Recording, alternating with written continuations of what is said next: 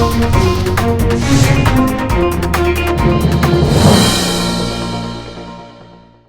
apa kabar pemirsa? Kita berjumpa dalam Warta Parlemen, informasi aktual seputar parlemen. Bersama saya, Uki Bahtiar. Pemirsa, informasi pertama datang dari Komisi 3 DPR RI yang mengapresiasi pembentukan tim sapu bersih pungutan liar untuk memberantas pungutan liar yang meresahkan masyarakat. Komisi 3 meminta program sapu bersih pungli ini dibarengi dengan komitmen kuat dari pemerintah agar implementasi di lapangan berjalan dengan sesuai yang diharapkan. Kita simak informasi selengkapnya. Wakil Ketua Komisi 3 DPR RI Desmond J. Mahesa memimpin tim Komisi 3 melakukan kunjungan kerja reses masa persidangan 1 ke Kota Palangkaraya, Provinsi Kalimantan Tengah, guna menjalankan fungsi pengawasan, serta menyerap aspirasi dari mitra kerja Komisi 3 dan masyarakat di wilayah hukum Provinsi Kalimantan Tengah.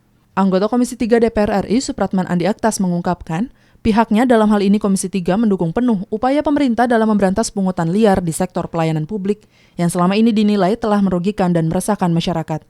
Sebagai langkah awal untuk memulai program ini, Supratman meminta seluruh mitra kerja Komisi 3 melakukan koreksi kinerja, menghukum petugas yang terbukti melakukan pungli, dan membuat sistem yang transparan. Yang terbaik buat kita saat ini dalam rangka pemberantasan pungli adalah bagaimana kemudian menciptakan sebuah sistem di antara semua lembaga-lembaga negara untuk orang itu dalam mengurus sesuatu tidak saling berhadapan secara fisik. Nah, anggaran kan terbatas, itu tidak mungkin bisa dilakukan sesegera mungkin. Nah, oleh karena itu menurut saya apa yang sudah dilakukan penegakan hukumnya itu menjadi shock terapi, tetapi kita belum bisa berharap banyak terhadap hasil yang akan dicapai. Anggota Komisi 3 Daeng Muhammad mengkritisi pembentukan tim sapu bersih pungli. Pasalnya, pemerintah sejatinya hanya perlu mengoptimalkan peran Polri dan KPK untuk memberantas pungli di lingkup institusi pemerintah. Agar program sapu bersih pungli tidak hanya berjalan sementara waktu, Daeng meminta pemerintah konsisten dan memiliki komitmen yang tinggi untuk mewujudkan birokrasi yang bersih. Goodwill, niat baik pemerintah. Kedua, pemerintah membangun sumber daya manusianya. Orang yang mampu menangani itu dan memahami persoalan-persoalan berkaitan dengan penanganan di bidangnya masing-masing. Yang ketiga, ada strategi akselerasi percepatan yang dilakukan pemerintah. Yang keempat, pemerintah berpihak pada sektor anggaran. Kalau empat itu tidak dilakukan, saya bilang hanya retorika, lip service, dan omong kosong itu semua. Dari Palangkaraya, Kalimantan Tengah, Fajar Ilhami, TVR Parlemen melaporkan. Bisa kita ke informasi lainnya yang datang dari Komisi 7 DPR RI yang mengkritisi tingginya harga gas untuk industri saat ini. Meski pemerintah telah mengeluarkan peraturan Presiden nomor 40 tahun 2016, harga gas industri masih berkisar pada angka $6 Amerika Serikat per MMBTU atau Million British Thermal Unit. Tingginya harga gas berdampak pada turunnya daya saing produk Indonesia. Berikut informasi selengkapnya. Sejak awal tahun 2000-an, pasokan gas PT Arun menurun dan harganya semakin tinggi. Hal itu berdampak pada kondisi PT Pupuk Iskandar Muda yang beroperasi hanya satu pabrik. Keterbatasan pasokan gas membuat PT Pupuk Iskandar Muda II tidak beroperasi sejak tahun 2003.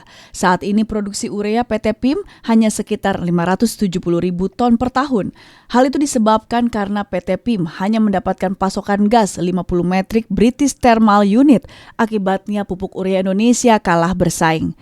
Ketua Tim Komisi 6 DPR RI Farid Al-Fauzi mengatakan dengan tingginya harga gas sekarang yang mencapai $7 menyebabkan PT Pupuk Iskandar Muda kalah bersaing. Jika Pertamina tidak menurunkan harga gas, menurut Farid hal itu akan menghambat rencana investasi ke depan.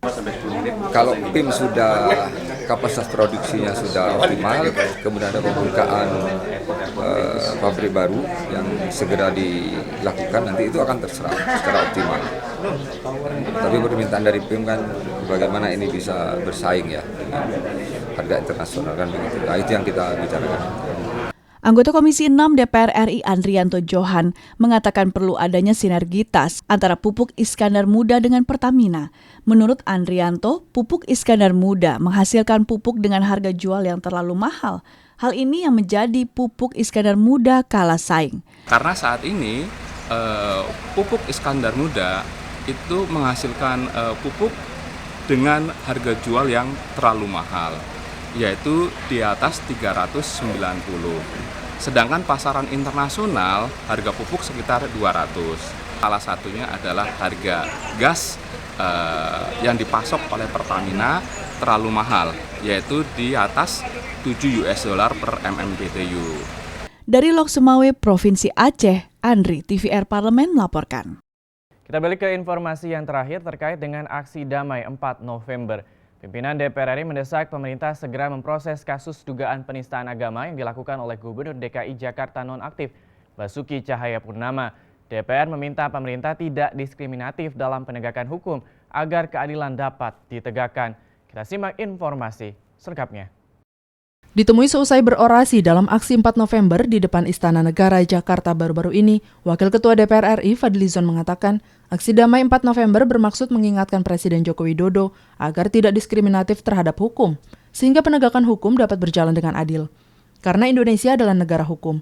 Fadlizon menambahkan pemerintah harus secepatnya memproses hukum dengan prosedur yang berlaku terhadap kasus dugaan penistaan agama yang dilakukan oleh Basuki Cahayapurnama, sehingga tidak menimbulkan gerakan-gerakan yang dapat membahayakan keutuhan NKRI dan Pancasila. Fadlizon menjelaskan kehadirannya dalam demo tersebut sebagai wujud wakil rakyat yang mendengarkan aspirasi masyarakatnya dalam hal mengawasi kebijakan-kebijakan pemerintah dan menjaga konstitusi negara Indonesia. Bahwa hukum ini adalah bagian yang sangat penting dalam kehidupan berbangsa dan bernegara. Jadi penegakan hukum yang diminta oleh mereka yang hari ini demonstrasi, yang jumlahnya saya kira kurang lebih 1 juta rakyat Indonesia, terdiri dari umat Islam dan juga elemen-elemen masyarakat lain, kalangan non-muslim juga hadir dan sebagainya, menuntut ada penegakan hukum. Jadi janganlah ketidakadilan hukum ini dibiarkan. Saya kira itu tuntutan yang sangat sederhana. Ditemui di tempat terpisah, Wakil Ketua DPR RI Fahri Hamzah mengatakan, ada sikap tidak konsisten dari aparat penegak hukum yang menangani kasus ini, sehingga menimbulkan gerakan yang besar, yang bertujuan mengawal kasus ini agar hukum dapat ditegakkan secara adil. Menurut Fahri, dalam demo tersebut, masyarakat ingin menyampaikan aspirasinya langsung kepada Presiden agar tidak melakukan hal yang seolah-olah melindungi salah satu pihak. Kalau dari awal kasus ini mencuat, penegak hukum tidak memberikan sinyal gamang, tentu tidak akan kejadiannya begini. Ya.